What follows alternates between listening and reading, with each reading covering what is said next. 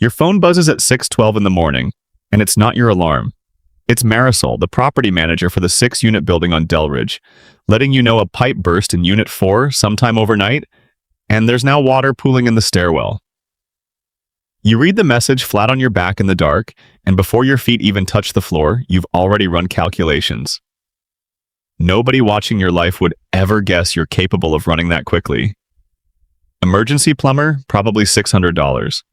A day of lost rent on Unit 4, maybe 2. A claim against the LLC's insurance policy if the damage climbs past $3,000, which it will, because water damage always climbs past $3,000.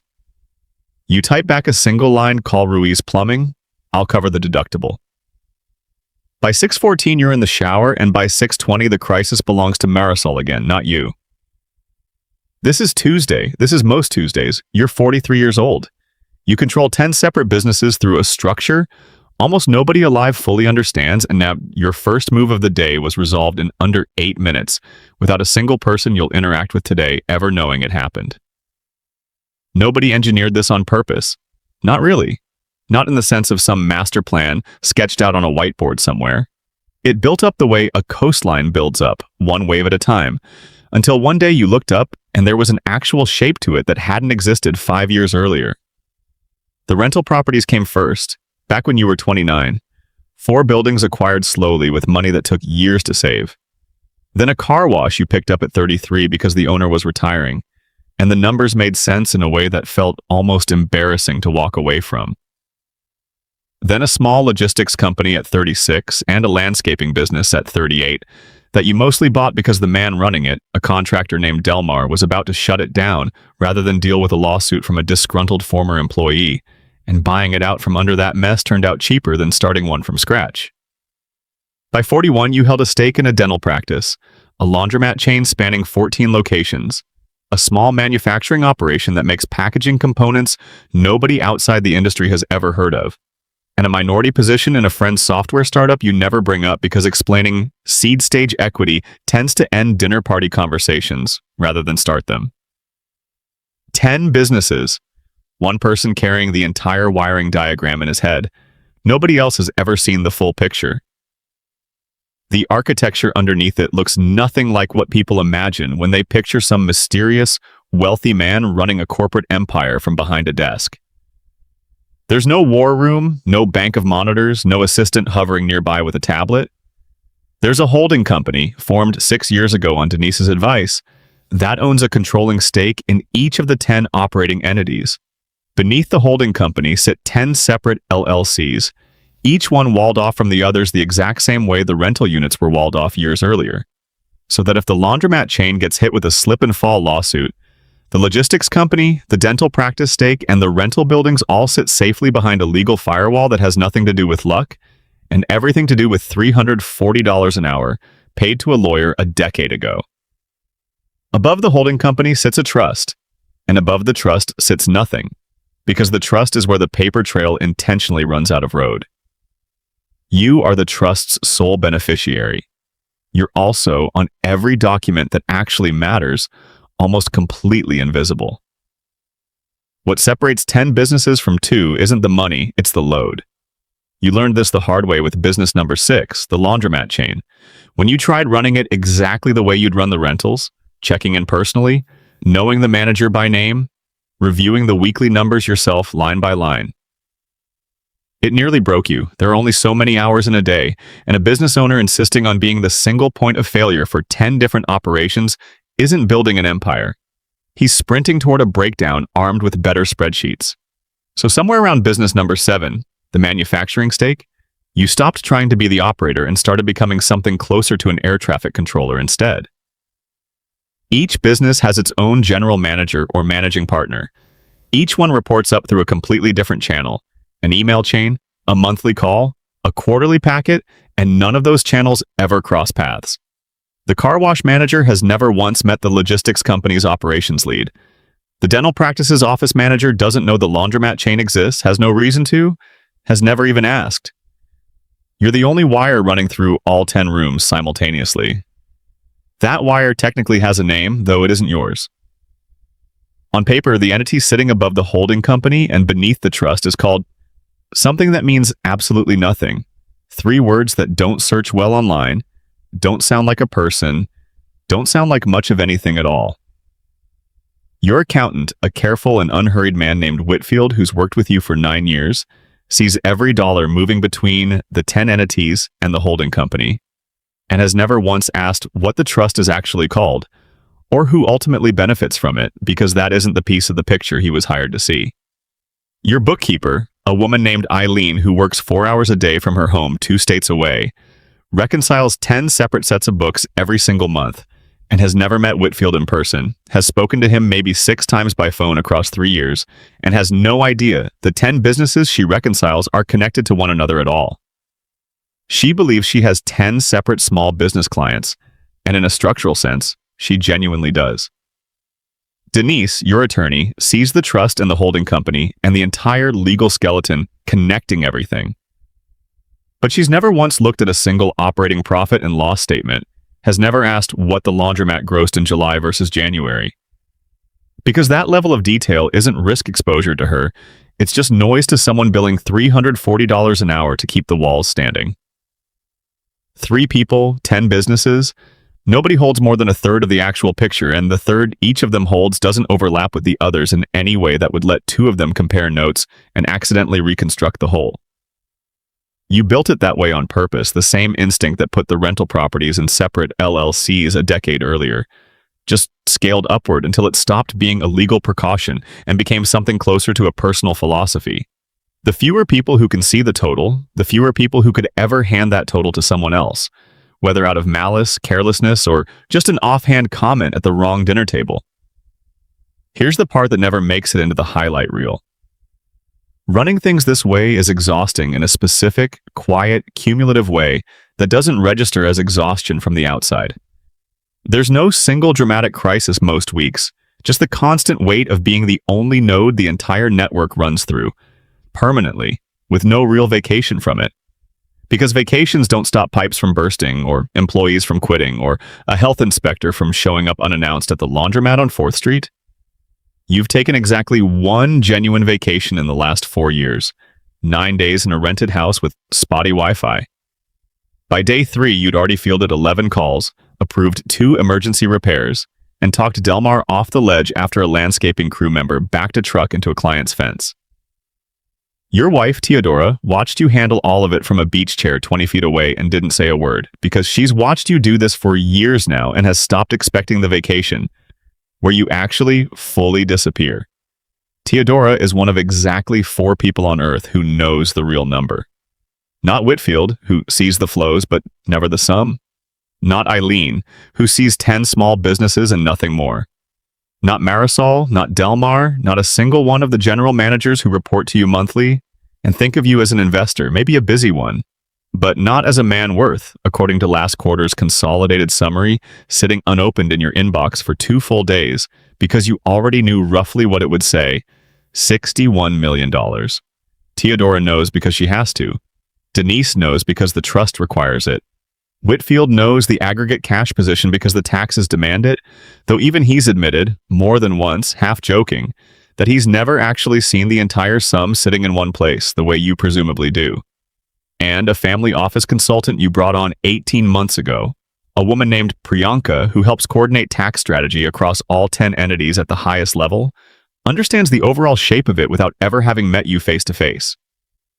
4 people, $61 million. Nobody at the car wash, the dental practice, the laundromats, or the packaging plant has the faintest idea any of this connects to something larger than the paycheck they cash every 2 weeks. Your mother thinks you do business consulting. That's not exactly a lie, it's actually closer to the truth than most of what you tell people, but it's constructed the same way any cover story gets constructed for someone in this position. A single sentence said once years ago that nobody ever bothered updating, and that you've quietly declined to correct roughly 40 times since. She's 71, retired, living alone since your father passed, and 2 years ago her furnace died in February, in a house that gets brutally cold. You didn't find out because she called you, you found out because your sister Renata called, worried, saying their mother was talking about waiting until spring to deal with it because a new furnace ran $6,800 and she didn't want to touch her savings.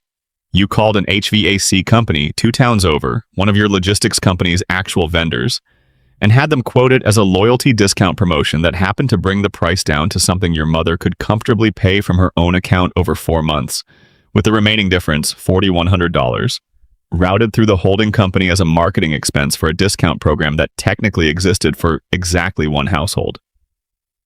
Your mother believes she simply got lucky. She tells people about it occasionally, this random company that gave her a fantastic deal right when she needed one most. She has no idea her son owns a piece of that company, structured a fake promotion specifically for her, and closed the loop so quietly that even the HVAC company's owner, a man you've met exactly twice, doesn't fully understand why you insisted it be handled that way. This is where the real cost of the entire operation actually lives, not in the LLC filing fees or Denise's retainer, which now runs $31,000 a year across all 10 entities. But in moments like standing in your mother's newly warmed living room at Thanksgiving, watching her retell the furnace story to your uncle, laughing, grateful, completely unaware that the person responsible for her good fortune is sitting 6 feet away eating turkey and saying absolutely nothing. There's a very specific kind of loneliness in being thanked for something you didn't do. Also, the thing you actually did can stay invisible. You've felt it enough times by now, the roof for Renata years back, the furnace for your mother, a scholarship fund routed through a donor-advised fund for a cousin's daughter, that nobody in the family has ever connected back to you, that it stopped feeling sharp and started feeling more like a permanent low hum underneath everything else. It's the price of admission for a life where nobody's behavior toward you gets contaminated by actually knowing what you're worth. The real test arrived 11 months ago, and it came from a direction you hadn't fully prepared for, because you'd spent years hardening the structure against lawsuits, and almost none hardening it against a divorce that, for a stretch, genuinely looked like it might happen. It didn't in the end. You and Teodora worked through it 8 months with a marriage counselor named Dr. Aldis, and countless hard, quiet conversations at the kitchen table, but for about 6 weeks, on her own lawyer's advice, Teodora had a forensic accountant quietly reviewing what a split would actually look like. What he found was almost nothing. He found the house worth roughly $890,000, jointly owned, unremarkable for the neighborhood. He found 2 personal checking accounts holding a combined $34,000, deliberately kept thin the same way they'd always been kept thin. He did not find a clean line to $61 million, because there wasn't one to find. He found 10 operating businesses that, from the outside, looked like 10 unrelated small enterprises with unrelated ownership structures, each requiring its own separate forensic dig, each dig running straight into the same wall Denise built years earlier, a trust with no beneficial ownership disclosure, a holding company whose only public point of contact is a registered agent in a state that has never once required anyone to disclose who's actually behind any of it. You didn't feel triumphant when the forensic report came back thin.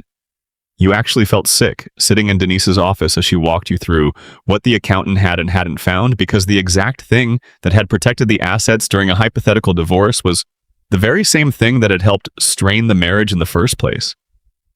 Years of Teodora watching you vanish into calls and crises for businesses she only half understood. Years of you being unable to fully explain the weight you were carrying, because explaining it meant explaining all of it, and you'd built your entire adult life around a philosophy of never fully explaining it to anyone. The structure held. The marriage very nearly didn't. Denise, to her credit, was the one who finally said out loud what you'd been avoiding, that the paperwork was never going to fix what the paperwork simply can't see. You eventually go into therapy of your own, not specifically because of the near divorce, but because your doctor, during a routine physical 8 months ago, looked at your blood pressure numbers and asked, not unkindly, how many hours of sleep you were actually getting. The honest answer was 5 most nights, because the network never sleeps even when you do, and some part of your brain has apparently decided it needs to stay half online at all times in case Marisol texts about a pipe, or the laundromat's card reader system crashes again, or Whitfield needs a signature on something time-sensitive. The therapist, a calm, unhurried woman named Dr. Okafor, spent the first 3 sessions simply mapping out what your actual week looks like. By the 4th session, she said something that has stayed with you ever since. You've built a structure that protects your money from almost anyone who could ever threaten it, she said. I'm curious who's protecting you. Nobody, really, is the honest answer. That's not exactly a complaint. It's closer to an acknowledgement of a trade you made a long time ago without fully realizing you were making it. Every layer of the structure that keeps the businesses safe from lawsuits, keeps the wealth safe from a bad divorce, keeps your mother from ever having to know she's dependent on you, keeps Renata from feeling like a charity case, also keeps you as the single load-bearing wall in a 10-room house where nobody else can see the whole roof. If you got hit by a car tomorrow, Whitfield could keep the money technically moving for a while. Denise could keep the trust technically intact. But the actual knowledge of how the 10 pieces fit together, which vendor relationships genuinely matter, which managers are one bad quarter away from needing intervention, which businesses are quietly propping up which others that lives in exactly one place, and it isn't written down anywhere because writing it down anywhere carries its own kind of risk you've never fully solved. So over the last 4 months, you've slowly started doing something that feels almost more radical than any of the LLC filings ever did. You started drafting a document Denise dryly calls the succession memo, a plain language explanation of all 10 businesses, how they connect, what each one needs to survive a transition, sealed and held by Denise's firm, to be opened only if you're ever unable to run the network yourself. It is, in its own strange way, the single most exposed piece of paper you've ever created, a complete map of a maze that took 15 years to build. And it exists specifically so that if the wire running through every room finally snaps, someone else can pick up the pieces without the entire structure collapsing into 10 disconnected small businesses run by people who never even knew what they were actually part of. You still haven't told your mother. You still haven't told Renata, though you've started, slowly, letting her see slightly more than you used to. Not the number, never the number, but enough that she's stopped assuming the furnace was pure luck and started gently asking better questions. Questions you've begun carefully answering. The car wash still needs a new compressor this month. $4,200 approved before breakfast, forgotten by lunch. The laundromat chain's 4th location is up for lease renewal, and the landlord wants 11% more. A negotiation Priyanka is already running before you've even finished your coffee. 10 businesses, 1 wire, 4 people who know the real shape of it, and a mother across town warming her hands by a furnace she still believes she got lucky on, still telling the story at every holiday, still with no idea that the son sitting quietly at her table built an entire invisible architecture, partly to protect what he has, and partly, if he's honest with himself now, to protect the people he loves, from ever having to carry the weight of knowing what it actually costs him to hold it all together.